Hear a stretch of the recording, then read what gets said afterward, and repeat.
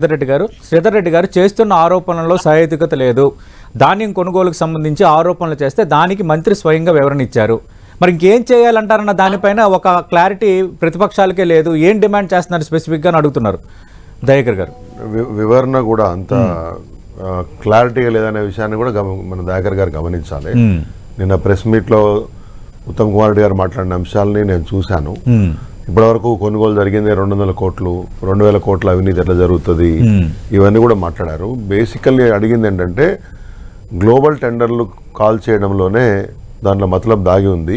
Okay, price available మార్కెట్లో 42 రూపాయలకో 40 రూపాయలకో అవకాశం ఉన్నప్పుడు 57 రూపాయలకి దాన్ని ఫైనలైజ్ చేశారని చెప్పేసి ఒక విషయాన్ని చెప్పారు.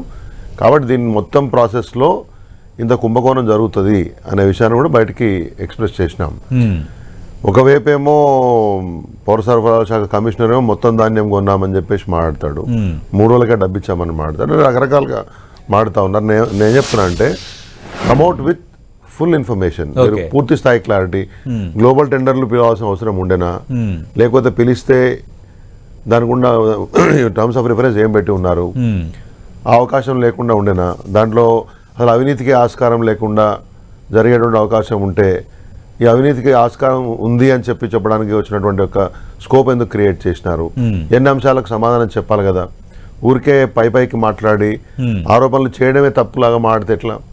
1,00,000 కోట్ల ప్రాజెక్టులో 1,50,000 కోట్ల అవినీతి జరిగింది గతంలో కాళేశ్వరం ప్రాజెక్టులో. ఇప్పుడు ఉన్నటువంటి అదే అడుగుతున్నారు, 200 కోట్ల కొనుగోలు జరిగితే 1000 కోట్ల స్కామ్ ఎలా జరుగుతుందని అడుగుతుంది. 1,00,000 కోట్ల ప్రాజెక్టులో 1,50,000 కోట్లు జరిగినప్పుడు 200 కోట్లలో 200,000 జరిగే అవకాశం ఉంటుంది ఖచ్చితంగా. అది కూడా నేర్చుకోవాలి కదా ఇప్పుడు, దే హావ్ టు లెర్న్. కాబట్టి నేనేమంటున్నా అంటే ఉత్తమ్ రెడ్డి గారు నిన్న పెట్టినటువంటి ప్రెస్ మీట్ లో పూర్తి స్థాయి సమాచారం బయటకు వచ్చినట్టు అనిపించలేదు. ప్రజలకి మరిన్ని ఆధారాలతో లేకపోతే వాస్తవాలతో బయటికి రండి అని కోరుతా ఉన్నాం. ఓకే, శ్రీధర్ రెడ్డి గారు, అసెంబ్లీలో చర్చకి సిద్ధంగా ఉన్నాం, లేదా అసెంబ్లీ దీనికి సంబంధించి ఒక స్టాండింగ్ కమిటీ వేయడానికి సిద్ధంగా ఉన్నాం. తడిసిన ధాన్యాన్ని ఎంఎస్పీ కొని మేము అంతా పారదర్శకంగా చేస్తుంటే కావాలని ఏదో ఒక రచ్చ చేయాలని అంటున్నారు. ప్రతి దానికి ఉత్తమ్ కుమార్ రెడ్డి వివరణ ఇచ్చిన తర్వాత కూడా ఇంకా ఏం కావాలో మాకైతే స్పష్టంగా అర్థం కావటం లేదు. కన్ఫ్యూజన్లో ఉన్నాయి ప్రతిపక్షాలు. దయాకర్ గారు కామెంట్స్. కన్ఫ్యూజన్లో ఉన్నాయని మీరంటే సరిపోదు కదా, వాస్తవాలు బయటికి రావాలి కదా. ఇవాళ అన్ని ఆధారాలు బయట పెడతామని చెప్పేసి కూడా చెప్పాము. నేను ఒకటే ఏంటంటే ఇప్పుడు గతంలో అసెంబ్లీలో చర్చకు ఎందుకు ఒకటి పెట్టమని చెప్పండి, అసెంబ్లీలో చర్చ ఎట్లా జరుగుతుంది ఏందనే విషయం వాళ్ళు కూడా చూసారు, మేము కూడా చూసినాం. పెట్టాల్సి వచ్చినప్పుడు పెట్టండి, దాని గురించి ఎవరు కదనట్లేదు.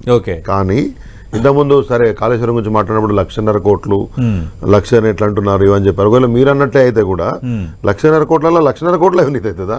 అంటే ప్రాజెక్ట్ లేదు, బ్యారేజీలు లేవు, సర్జ్ పూల్స్ లేవు, లేకపోతే డిస్ట్రిబ్యూటరీస్ లేవు, రిజర్వాయర్స్ లేవు. అంటే ఆధారాలు లేకుండా ఎక్కడ ఒక చిన్న కంప్లైంట్ లేకుండా మాట్లాడే సందర్భాలు ఉన్నాయి కదా. ఇవాళ ఒక ఆరోపణకే ఇంత మేరకు తలడిల్లిపోతున్నారే. ఓకే, అంటే నేను ఏమన్నా అంటే ఇప్పుడు అదే అడుగుతున్నారు, 200 కోట్ల కొనుగోలు జరిగితే 1000 కోట్ల జరుగుతుంది. ఇప్పుడు అక్కడ టెండర్స్ లో జరిగినటువంటి మాయాజాలంలో ఒకటి లాస్ అండ్ పొటెన్షియల్ లాస్ రెండు ఉంటాయి. 2 విషయాలు చెప్పినాం. ఆ విషయాన్ని ఇవాళ క్లారిటీతో బయటికి రమ్మని చెప్తా ఉన్నాం. ఆ శానిటీ నిరూపించుకోవాల్సింది కన్సర్న్ మంత్రి గారు, ఆ శాఖ. నిన్న నేను చూసిన మన పౌరసరగా ఇంతకుముందు అధికారులు ఎప్పుడన్నా క్లారిటీ ఇస్తే పోయిన ప్రభుత్వంలో అధికారులకు ఏం పని, వాళ్ళ రాజకీయ నాయకుల వాళ్ళు ఎందుకు మాట్లాడుతున్నారని అడిగారు. నిన్న పౌర సరఫరాల శాఖ కమిషనర్ ఉన్నారు డిఎస్ చౌహాన్, ఆయన ఆధారా ప్రెస్ మీట్ పెట్టడం తెలియదు, లేకపోతే నోటీస్ చేయడం తెలియదు, పేపర్లలో మొత్తం ఆయనే క్లారిటీ ఇస్తాడు మంత్రి గారి కంటే ముందు కూడా. నేనంటే మరి అంతా